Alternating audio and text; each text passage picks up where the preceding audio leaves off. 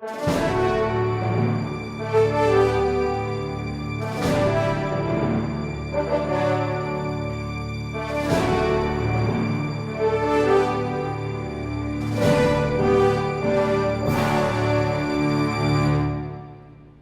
nome do Pai, e do Filho, e do Espírito Santo. Amém. Inspirai, o Senhor, as nossas ações e ajudai-nos a realizá-las, para que em vós comece e para vós termine tudo aquilo que fizermos por Cristo, Senhor nosso. Amém. Santa Maria, Mãe de Deus, rogai por nós. Em nome do Pai, do Filho e do Espírito Santo. Amém. Muito bem. Nós estamos na Semana Santa, hoje dia 2 de abril, segunda-feira santa. Queremos, em primeiro lugar, confiar essa nossa meditação, esse nosso momento de reflexão, à intercessão do bem-aventurado Papa João Paulo II. Hoje faz 7 anos que ele faleceu. Queremos realmente nos recordar desse grande Papa. Hoje, quando eu celebrei missa de manhã, eu disse aos fiéis, olha, todos os anos nós estávamos acostumados a rezar pela alma dele. Hoje ninguém vai rezar pela alma de João Paulo II. Não se reza pela alma de pessoas beatificadas. Nós já temos a certeza que está no céu, não é? Então, nós vamos contar com a intercessão dele. Porque ele celebrou a sua Páscoa, ele já passou. Nós ainda não passamos. Ele já passou para a casa do Pai. Nós ainda estamos no exílio. Ele já está na pátria. Nós estamos ainda por aqui. Nessas breves reflexões que nós gostaríamos de fazer, eu gostaria de propor para vocês um pequeno itinerário baseado, assim, muito de longe, mas inspirado no livro Jesus de Nazaré, do Papa Bento XVI, da entrada em Jerusalém até a ressurreição. Na verdade, seria inadequado dizer que eu vou comentar o livro, não é isso. Eu vou tomar algumas reflexões do livro, mas mais como nota de rodapé. As reflexões que eu gostaria de fazer são mais uma aplicação a nós mesmos, às nossas necessidades espirituais, para a nossa vivência da Semana Santa. Em primeiro lugar, o que é que nós vivemos na Semana Santa? Vivemos esta última semana de Jesus aqui na Terra. Nós vivemos esse grande drama espiritual, vivemos uma realidade, um duelo entre uma vida e a morte. E é por isso que nós chamamos de Páscoa, de passagem. Porque existe uma luta. Agora, essa luta, ela acontece, antes de tudo, em nós mesmos. Acontece dentro de nós. O palco dessa luta para vivermos a Semana Santa, é um palco interior. Então, a primeira coisa, nós temos que entender que existe um inimigo que quer que nós estejamos distraídos, preocupados com outras coisas, que não quer que nós vivamos a Semana Santa. Não quer que nós tomemos como vida interior essa Semana Santa. Eu gostaria de recordar aqui o Concílio de Trento, no decreto sobre a Eucaristia. Ele diz assim: os santos padres nos recordam que existem 3 formas de receber a comunhão. Isso, os padres de Trento, os bispos de Trento, estão lembrando que já desde a antiguidade, na igreja, se tem 3 formas de receber a comunhão. Então, eu gostaria de fazer uma analogia. Existem 3 formas de você viver também a Semana Santa. Quais são as 3 formas de receber a comunhão? Primeira, sacramentalmente. Só sacramentalmente. Quem recebe a comunhão só sacramentalmente, nos diz o Concílio de Trento, são os pecadores. eles só recebem sacramentalmente. Você vai, entra na fila, vai lá e recebe Jesus. É Jesus que você está recebendo. Objetivamente, é Ele. Só que você não está comungando. Porque existe uma outra forma de comungar. Número 2. Espiritualmente. Você pode comungar espiritualmente quando você não pôde comungar sacramentalmente, você não entrou na fila da comunhão, você não tem missa, você não foi à missa, você não tem um ministro que te dê a comunhão, mas você espiritualmente coloca o seu coração em sintonia com Jesus e você comunga, põe o seu coração na sintonia dele, põe o seu coração espiritualmente. E quando eu digo espiritualmente, cuidado, hein? Tem gente que pensa que espiritualmente quer dizer ficticiamente, espiritualmente quer dizer não faz de conta, no mundo de mentirinha. Ah, faz de conta que eu estou comungando. Não, espiritualmente é o que mais importa numa comunhão.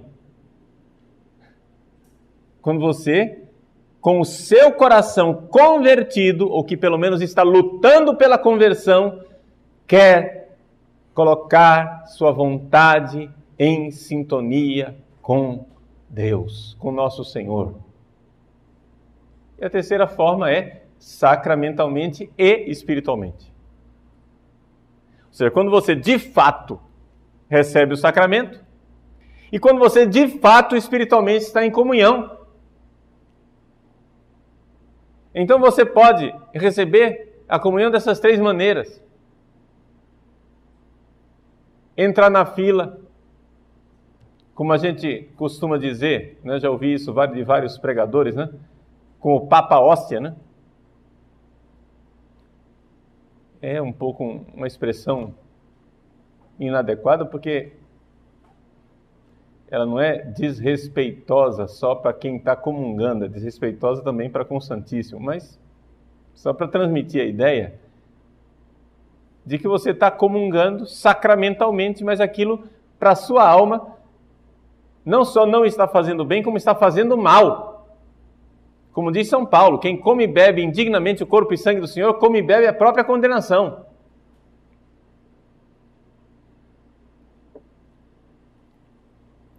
Então você pode se aproximar da Semana Santa e celebrar os santos mistérios da Semana Santa de corpo presente. Sacramentalmente nós vamos lá, né? Celebrar a instituição da Eucaristia na missa, de lava-pés, na ceia do Senhor. Você vai lá, olha a cena, mas você não quer se converter. Você não quer mudar de vida. Você não quer se encontrar com Deus. Você não quer que Deus visite você. Porque você não está vivendo aquilo espiritualmente. Então, é uma tentação muito grande para um padre, durante a Semana Santa, estar todo preocupado, principalmente nós que temos zelo pela liturgia, né? Ficar todo preocupado se as coisas vão sair certinhas liturgicamente, se o incenso vai entrar na hora certa, se a música vai entrar na hora certa, não é? Se eu estou usando a casula adequada, se o cálice está combinando com a âmbola, ou se as flores foram colocadas no lugar certo. Tudo isso está muito bom, eu não estou desprezando a liturgia da igreja. Não estou desprezando a liturgia da igreja. Tudo isso é importante porque nós não somos somente alma, nós somos também corpo e nós precisamos, não é, viver aquilo que nosso Senhor deixou. Ele deixou sinais visíveis de realidade invisível. Mas cuidado de você abraçar os sinais visíveis e esquecer o invisível. Esquecer que você está vivendo algo. Agora, é necessário que você espiritualmente se disponha, se predisponha. Por quê? Porque na hora que você estiver celebrando, muitas vezes você vai ser atacado pelas distrações suas, mas também do demônio. é a distração atmosférica, porque está muito quente, é a distração do ambiente, sei lá o quê. Mas saibam, nós vamos celebrar, é importante nos configurarmos aquilo que estamos celebrando, né? O bispo, quando na ordenação, ele coloca a patena com a hóstia e o cálice com o vinho nas mãos do neo-ordenado, do padre, né? Pede ao padre que ele então se configure, que ele entre em sintonia com aquilo que ele irá tocar com suas mãos. O texto em latim diz quod tractabis. Tractare em latim quer dizer tocar com as mãos, né? Viva o que você vai tratar, o que você vai tocar com suas mãos. Então, onde é que está essa mors et vita duelos? Esse duelo de vida e de morte, não é? Na sequência de Páscoa, aquele hino que se canta antes do Evangelho, sentados, né? Tem a segunda leitura. Entre a aclamação e a segunda leitura e a aclamação tem uma sequência. Victime Pascalis laude. O louvor, os louvores, laudes da vítima pascal. Imolem, ó cristãos, o louvor da vítima pascal. Então, mors et vita duello conflixerunt mirando. A morte e a vida travaram um duelo admirável.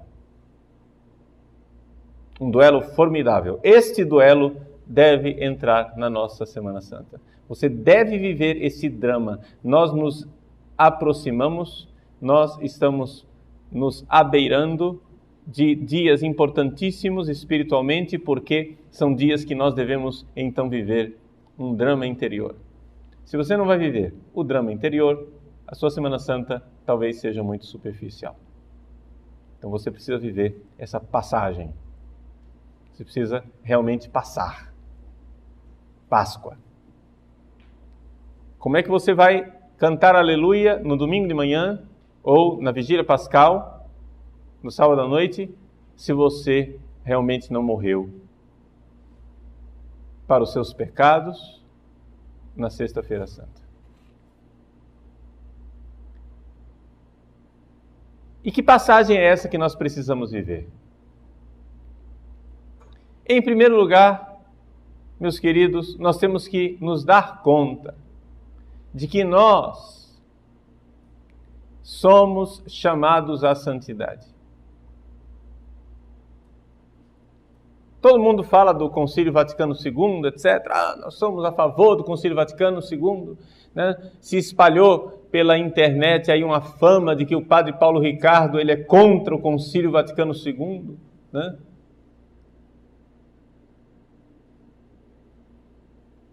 Mas os grandes dons do concílio estão sendo esquecidos. Eu até gostaria depois de fazer uma série de programas, talvez um curso, né, no site intitulado O Concílio Vaticano II Esquecido. Né? O Vaticano II, grande concílio esquecido. Se fala muito dele, mas não se fala o que ele falou. Entende? E uma das coisas importantíssimas do Concílio Vaticano II é essa consciência, essa retomada de consciência da Igreja, que a Igreja sempre teve, mas estava esquecida, essa retomada de consciência da Igreja da vocação universal à santidade. Nós somos chamados à santidade. Agora, o que é isso? O que quer dizer que nós somos chamados à santidade? Não quer dizer, atenção, não quer dizer simplesmente parar de pecar. Santidade é mais do que isso. Parar de pecar é o primeiro passo. Parar de pecar é condição sine qua non para você começar o seu caminho de santidade. Mas não é só isso. Porque, assim, por exemplo, a Canção Nova colocou no ar esse PHN, né? Por hoje eu não vou pecar, por hoje eu não vou pecar. Isso é coisa boa. O método é excelente. O método é excelente. Muito bom. Só que esse é o primeiro passo. Não pecar é o passo que se pressupõe antes de você começar o seu caminho de santidade. Nós somos chamados à santidade. E um padre é chamado mais ainda. O próprio Código de Direito Canônico diz que o sacerdote, por um título especial, ou seja, a ordenação sacerdotal, tem obrigação de buscar a santidade.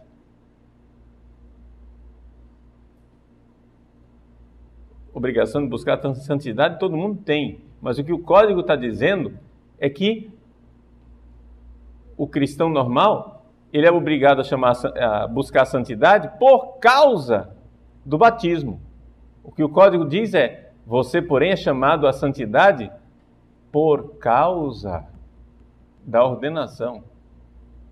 Também é uma razão a mais para reforçar. E santidade quer dizer o quê? Se nós formos olhar os autores espirituais, desde o tempo dos padres do deserto, passando pelos autores medievais,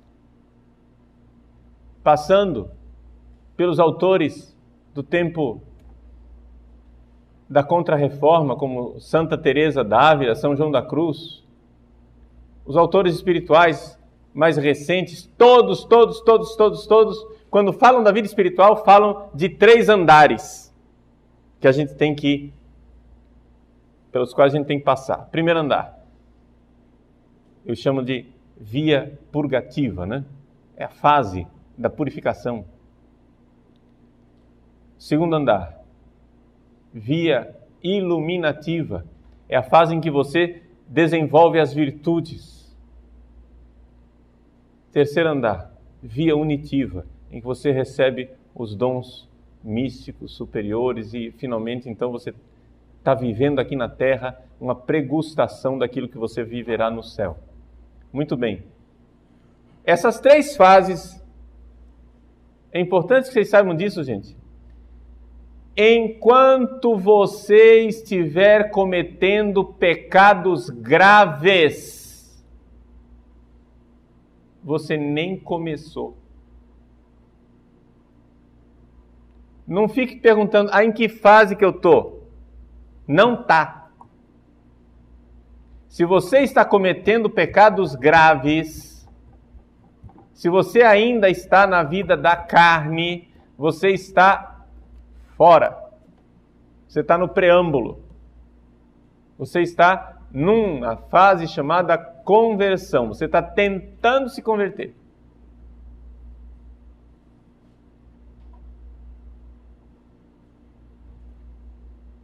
A boa notícia é que você não precisa fazer grande distinção para saber quando você está quando você está na conversão ou quando você está na fase purgativa, porque as coisas que se tem que fazer na fase purgativa e na fase da conversão é a mesma coisa.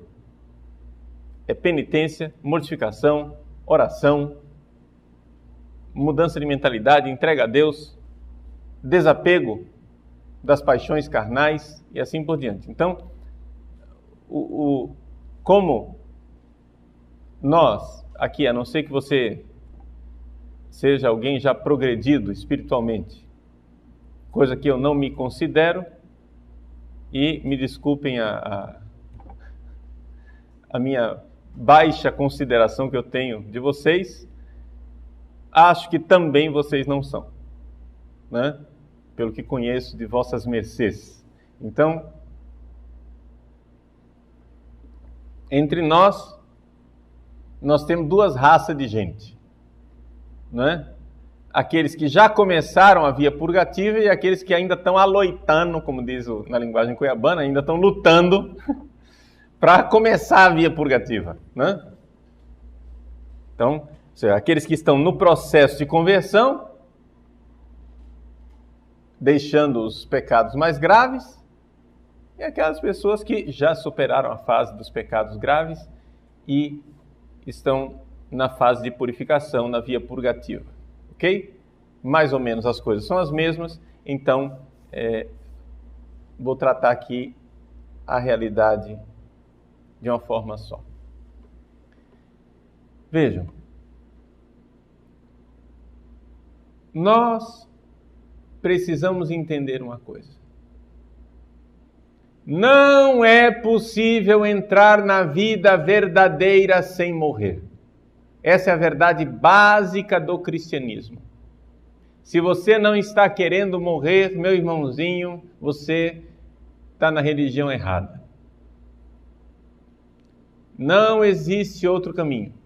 Mas, padre, o que é isso? Eu acho que Deus é amor. O senhor prega um Deus carrancudo, um Deus que quer ver sangue, um Deus que quer matar as pessoas, que a pessoa tem que ser punida, um Deus... Meu irmão, Deus é amor. Deus é amor. É evidente que Deus é amor. Só que acontece o seguinte: Deus é amor, e amor nessa vida aqui, preste atenção, amor nessa vida aqui só tem um jeito de viver. Chama-se mortificação. Exatamente porque Deus é amor, que não tem jeito de você viver essa vida sem se mortificar. Então aqui nós temos a centralidade do mistério pascal na nossa vida espiritual. Vocês querem ser cristãos de verdade? Vocês precisam assumir a centralidade desse mistério pascal, o mistério da morte e da ressurreição. Repito, porque é importante. Tem que ficar no seu coração. Se você se distraiu, preste atenção agora. Mais uma vez, Deus é amor. Não tenho dúvida. Exatamente por isso, você tem que amar. Alguém duvida disso? Se Deus é amor, Ele quer que nós amemos. Amém? Tem outra alternativa aí? Alguém tem alguma alternativa? Deus é amor, por isso eu tenho todo o direito de ser sem vergonha, safado, egoísta, entendeu? Filha da mãe, mentiroso, aproveitador, passar a perna nos outros, porque Deus é amor, né? Deus é uma gracinha. Então, já que Deus é uma gracinha, eu posso ser um filho da mãe, entendeu? Eu posso aprontar todas. É isso? Tem cabimento isso? Não. Só tem cabimento se eu disser que Deus é amor e Ele quer me introduzir na vida de amor no céu. Confere? Outra alternativa não há. Ele quer que eu ame. Nesta vida, meus senhores, nesta vida, não há como amar sem mortificação. Nesta vida aqui, amar é necessariamente morrer. Dar a vida para o outro, não tem como. Me dê um exemplo de amor em que não há mortificação. Não tem. Ah, não, mas eu quando namorava, estava namorando a gatinha, eu amava, etc. Aquilo não tinha sacrifício nenhum. E você chama isso de amor? Eu chamo isso de falta de poxa vida. Falta de vergonha na cara. Nessa vida aqui, você começa a amar quando a pessoa se torna pesada. Enquanto você está achando a pessoa uma gracinha, né? Você vai lá, conheceu a menina, você tá... aquele olhar mágico, né? Só saindo faísca, assim... testosterona a 1000. Você diz, eu estou amando. Está amando coisa nenhuma. Você está num parque de diversões, entendeu? Quando baixar o nível das paixões, quando você começar a conhecer os defeitos dela, quando você tiver que perdoá-la, aí começou o amor. Você quer saber se você ama uma pessoa? Pergunte se essa pessoa é pesada para você.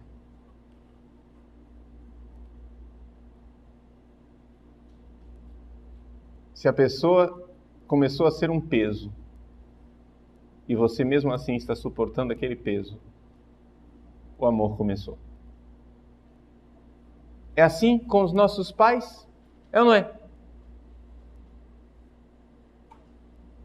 Meus pais vão completar 50 anos de casado. Né? Estão caminhando para os 50 anos. Nessa história de 50 anos de casado, gente, quantas vezes não tiveram que se perdoar, que se suportar mutuamente, etc e tal. Hoje, depois de 50 anos, já se acostumaram um com o outro, etc e tal. Né? A gente vê claramente que eles estão numa fase lúdica da vida, entendeu? É só brincadeira, um com o outro, etc e tal. Um faz pega no pé do outro, isso e aquilo, mas logo tem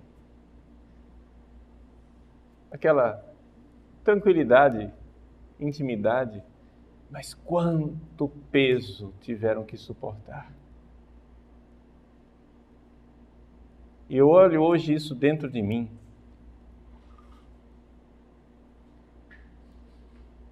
Existe em mim uma grande certeza.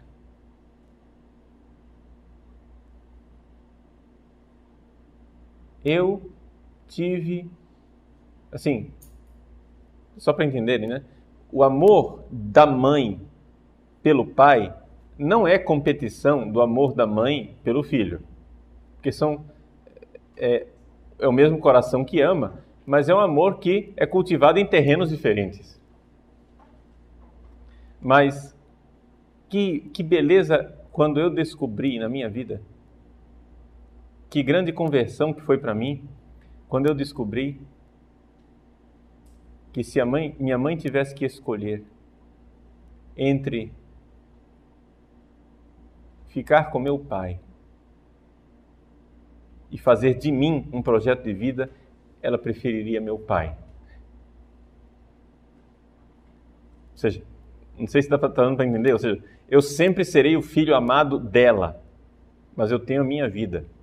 A vida dela é com meu pai. Está entendendo? O projeto de vida dela é com meu pai. Essa tranquilidade, essa felicidade de saber, puxa vida, que bom. Né? Eu ponho, né, a frase é inadequada, mas eu ponho nessa frase, que bom saber que minha mãe ama meu pai mais do que a mim. Isso dá uma solidez no coração de um rapaz, que é um negócio incrível. Ou seja, minha mãe não vai largar meu pai. Porque acontece aqueles momentos bobos de infância e da adolescência em que você quer competir e quer colocar sua mãe na escolha de ou eu ou ele. Isso é estupidez. Quando você vê que seus pais não vão se trair e se largar por nada desse mundo, isso cria em você uma certeza. Você vê os dois brigando, em você tem uma certeza, vai passar. Vai passar.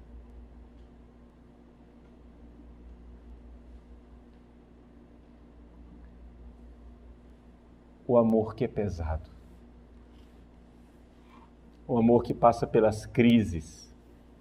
Meus queridos, nós precisamos entender isso.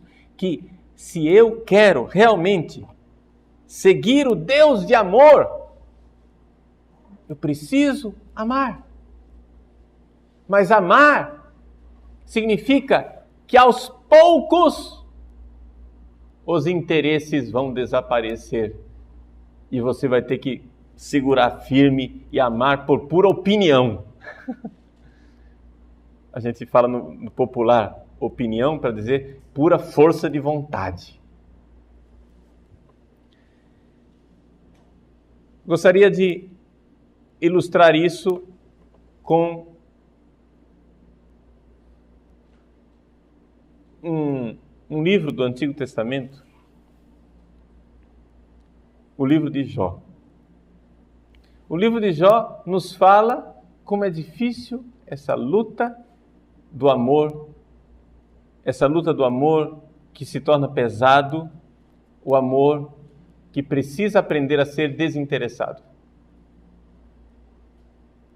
Qual é a temática do livro de Jó? A temática do livro de Jó é o seguinte: Satanás chega para Deus e diz: olha aqui, ninguém ama você, todo mundo é interesseiro. A temática do livro de Jó, é interessante isso, não é se Deus me ama, mas é se o ser humano é capaz de amar Deus. Porque a gente pensa assim, não, Jó foi tentado, né? Então, ali a tentação para Jó era o quê? É dizer, Deus não me ama, Deus me castigou, Deus é cruel, etc. Essa é a tentação. Mas não é esse o tema do livro.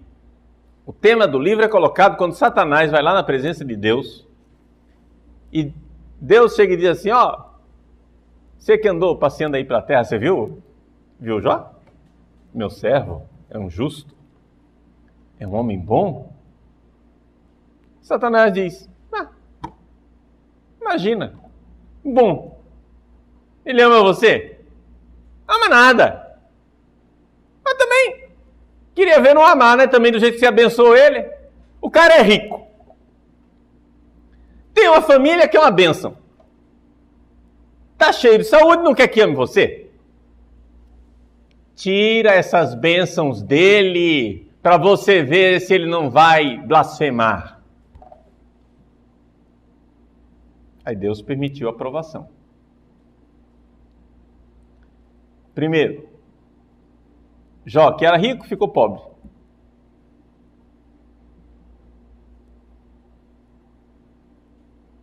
Depois, Jó, que tinha uma família maravilhosa, perdeu os filhos todos. Mas Deus, quando permite a tentação, ele permite caprichada, né? Morreram os filhos, mas a mulher ficou para atazanar a vida dele. A mulher ficou lá para colocar o dedo na chaga e dizer, tá vendo? O que adiantou? Para acusar, ajudar a patrocinar um pouco a situação de Satanás, entendeu? Verbalizar. E deixou também uns amigos para acusá-lo, para tentá-lo. E finalmente Jó perdeu a saúde, ficou leproso. E de uma forma tão feia que começou a limpar as feridas dele com um caco de telha.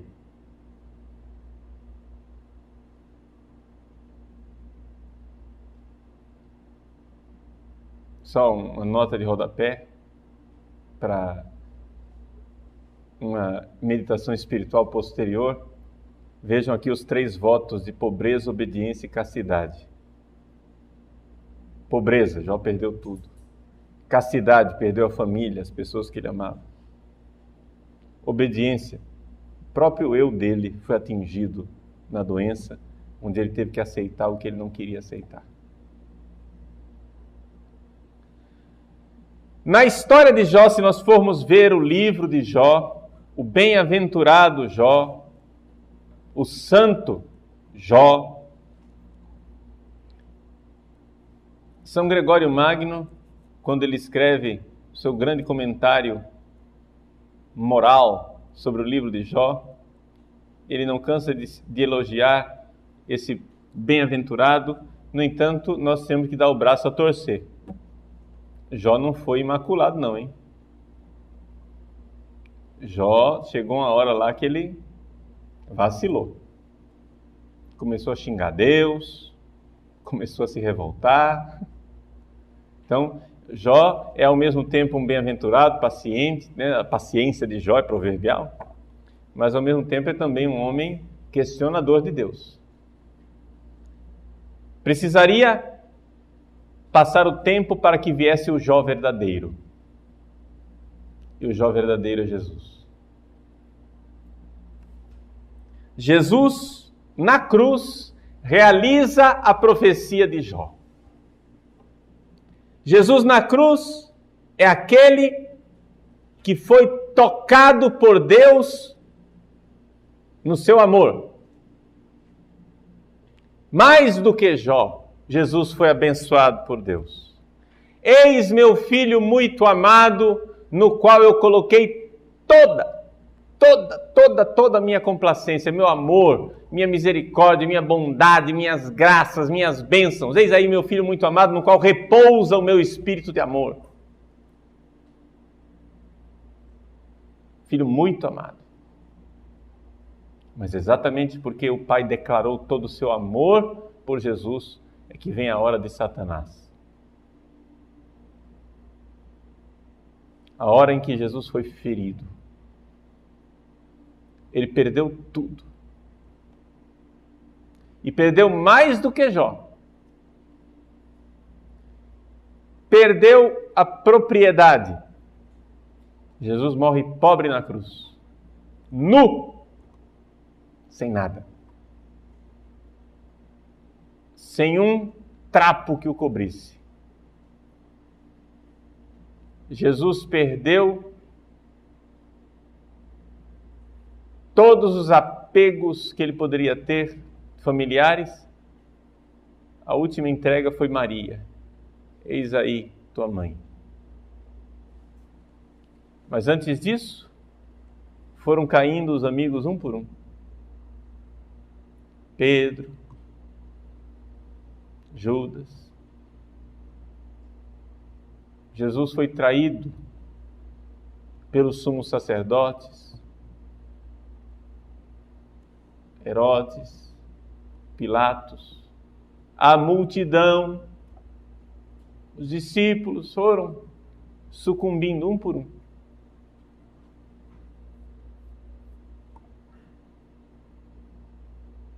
E Jesus morre uma morte dolorosíssima, com uma dor que não é somente física, mas uma realidade espiritual, porque a grande realidade que os místicos nos revelam é que o maior sofrimento de Cristo não foi físico, foi espiritual, foi invisível aos olhos. Foi o fato de que ele sentiu as penas do inferno. Ou seja, Jesus na cruz, quando ele diz, meu Deus, por que me abandonaste? Ele está expressando verbalmente com o Salmo as penas do inferno, o total abandono que ele está sentindo. Vamos ser bem objetivos, gente. Jesus foi tentado até o limite último de toda a tentação. E ele continuou amando Deus. Eis aí o milagre. O amor desinteressado veio e se fez carne. Um amor que não ganhou nada. Jesus é, na sua divina pessoa, a união do amor infinito de Deus pelo homem e do amor perfeito do homem por Deus. No seu coração humano, Jesus realiza a profecia de Jó e ama a Deus de forma totalmente desinteressada, ama a Deus tendo perdido Deus. Ama a Deus tendo perdido toda graça, e por isso ele se tornou a graça em pessoa. Ou seja, Jesus ama de graça, porque ama sem interesse, ama de uma forma que nós não seríamos capazes de amar. Ama de forma totalmente desinteressada. Vamos dizer de forma mais objetiva. Vocês sabem que eu tenho vivido alguns momentos de sofrimento, também não vamos exagerar, que não está um negócio assim, uma tortura alucinante, mas sofrimento sim. E uma das coisas que mais me faz sofrer é ver nessa história toda o sofrimento da minha família. Porque, assim, que eu sofra não é de admirar. Eu também não sou um idiota. Eu estou há quantos anos provocando, chamando para briga? Eu achei até que demorou bastante, né? Demorou bastante para reagirem. Finalmente estão acontecendo reações. Já era previsto. Já era pensado. Está pouco ainda. E estou me preparando para mais. Mas nós temos nossos apegos. Mas deixa eu dizer uma das coisas para mim que são mais evidentes do quanto eu não amo a Deus de forma desinteressada. Como eu sei que essa vida vai passar e que eu devo fugir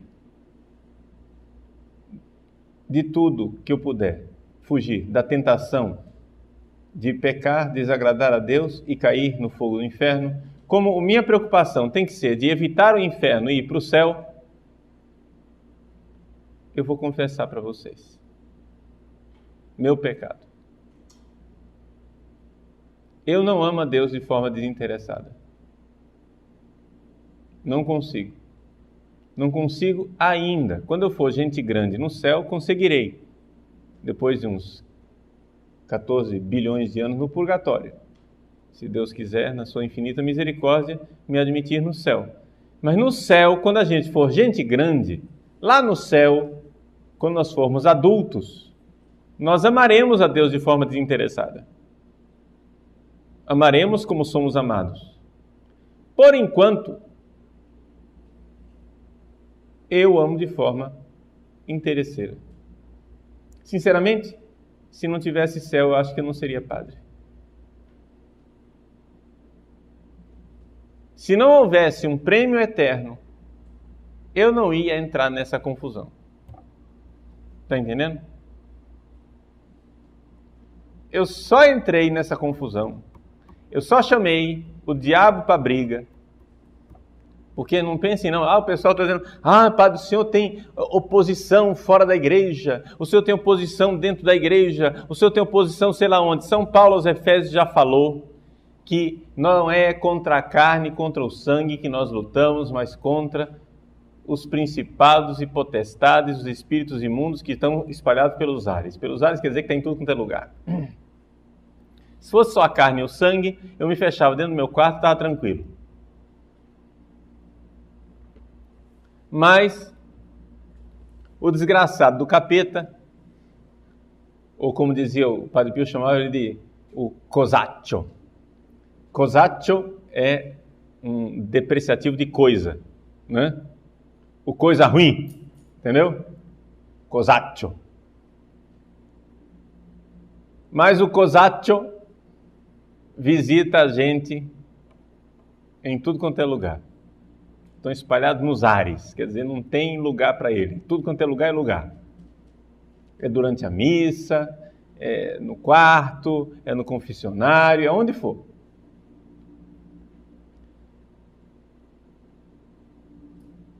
Não me admira que o demônio queira acabar comigo. Quando um sujeito resolve ser padre, quando um sujeito quer ser padre, o que ele está fazendo é desafiar o demônio, né? Um cara, para ser padre, precisa ser homem, no sentido de coragem. O cara, para ser padre, ele está pegando a peixeira, riscando no chão assim, e dizendo, pisa aqui, desgraçado. Está chamando para briga.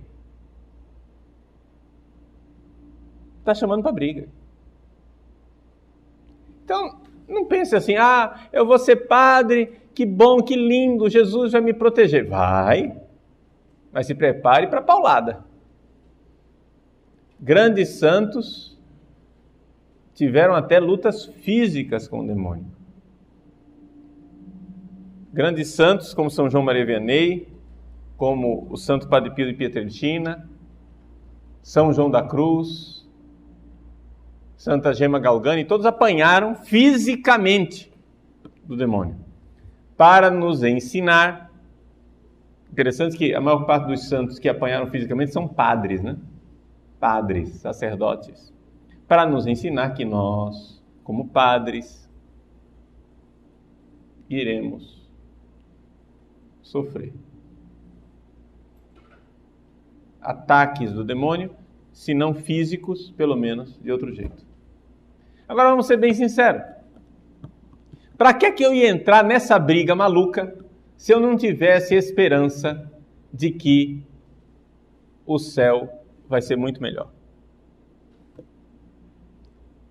Vamos ser bem sinceros? Esse negócio aqui é um investimento. Entende?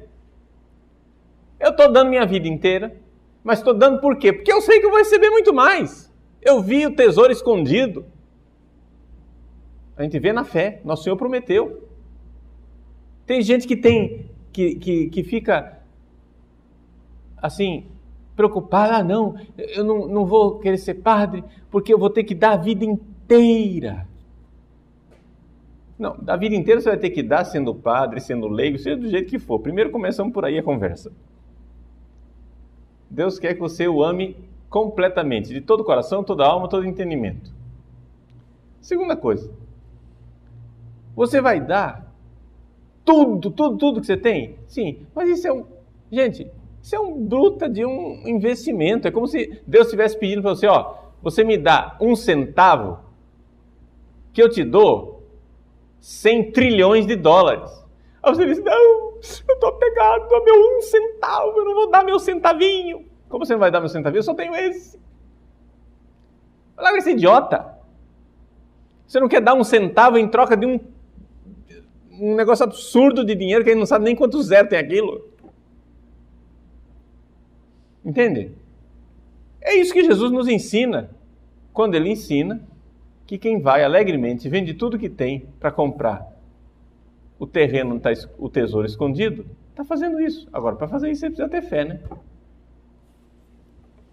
Então, sinceramente, eu creio nesse negócio.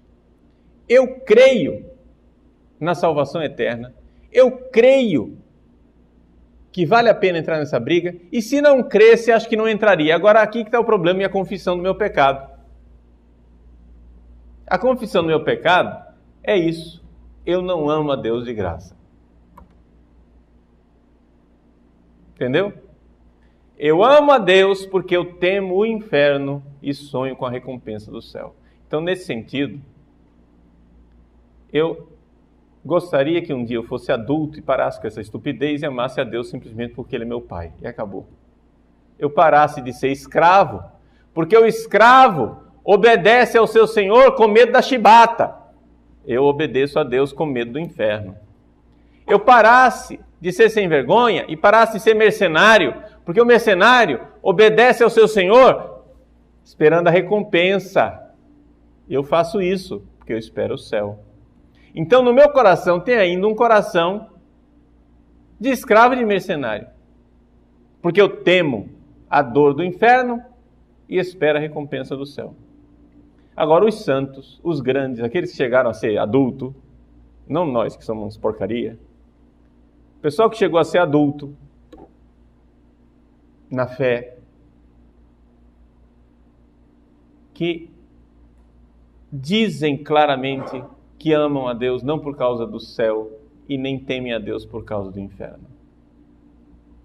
Aquela poesia que é atribuída a Santa Teresa d'Ávila, depois não é dela, mas, né? No me mueve mi Dios. Depois, numa outra palestra, eu vou pegar a poesia e ler para vocês, né? Mas ela diz na poesia, né, que não me move a amar a Deus, nem o céu nem o inferno. Amar a Deus no céu e temer a Deus com o inferno, né? Porque mesmo que não houvesse céu, eu te amaria, e mesmo que não houvesse inferno, eu te temeria. O que me move, meu Deus, é ver-te na cruz, crucificado por mim, por amor a mim. É isso que me move, ver que você me amou tanto assim. Aí é um santo, aí é uma santa. Chegou a amar a Deus. Agora, vamos entender isso. Vamos fazer o nosso exame de consciência. Vamos viver essa Semana Santa espiritualmente.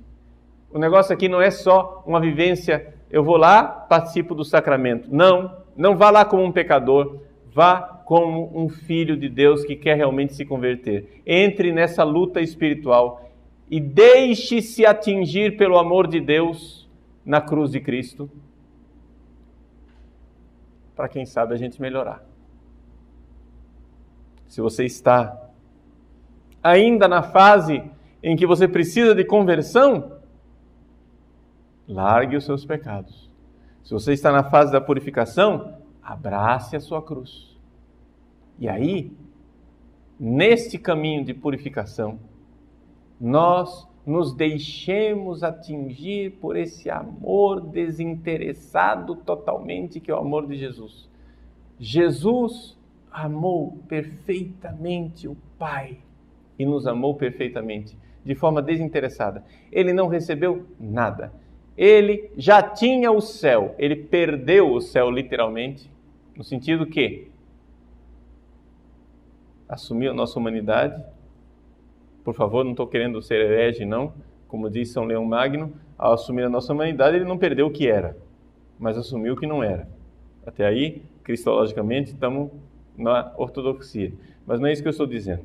O que eu estou dizendo é que, humanamente, ele veio viver essa condição de servo humano, ele viveu a nossa condição em tudo, e inclusive mais do que aquilo que nós jamais experimentaremos, ele viveu realmente esse total abandono, as penas do inferno, numa total gratuidade, por nós, por amor a nós.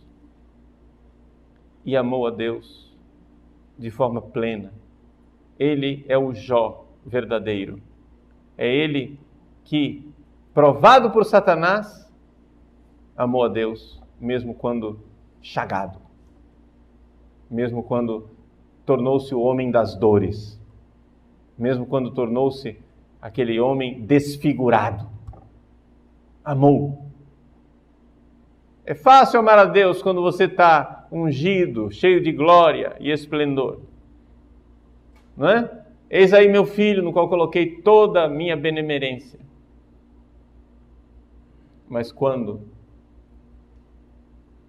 a graça foi eclipsada, né? Aquela cena do Horto das Oliveiras, que aparece no filme do Mel Gibson, um certo momento em que o demônio começa a tentar Jesus e a lua é encoberta por uma nuvem escura, o rosto de Jesus fica completamente escuro e ele cai, desmaia no chão, não é? É um símbolo cinematográfico da noite escura, das penas infernais que Nosso Senhor deve ter sofrido por amor a nós. Amor desinteressado. Nosso amor é interesseiro. Vamos fazer um exame de consciência e ver os nossos interesses. Qual o seu interesse? São os prazeres físicos, o bem-estar, é família, afetos, amizades, dinheiro, fama, sucesso? São interesses carnais? Ou seus interesses são também interesses espirituais que você precisa purificar, de amar a Deus simplesmente pela recompensa do céu e não amar a Deus como um verdadeiro filho? Onde é que está o seu coração interesseiro? Coloque seu coração interesseiro diante do coração desinteressado de Jesus. Faça o seu coração se encontrar com o dele. E viva este momento de vergonha espiritual desse exame de consciência, que é tão importante para a nossa conversão.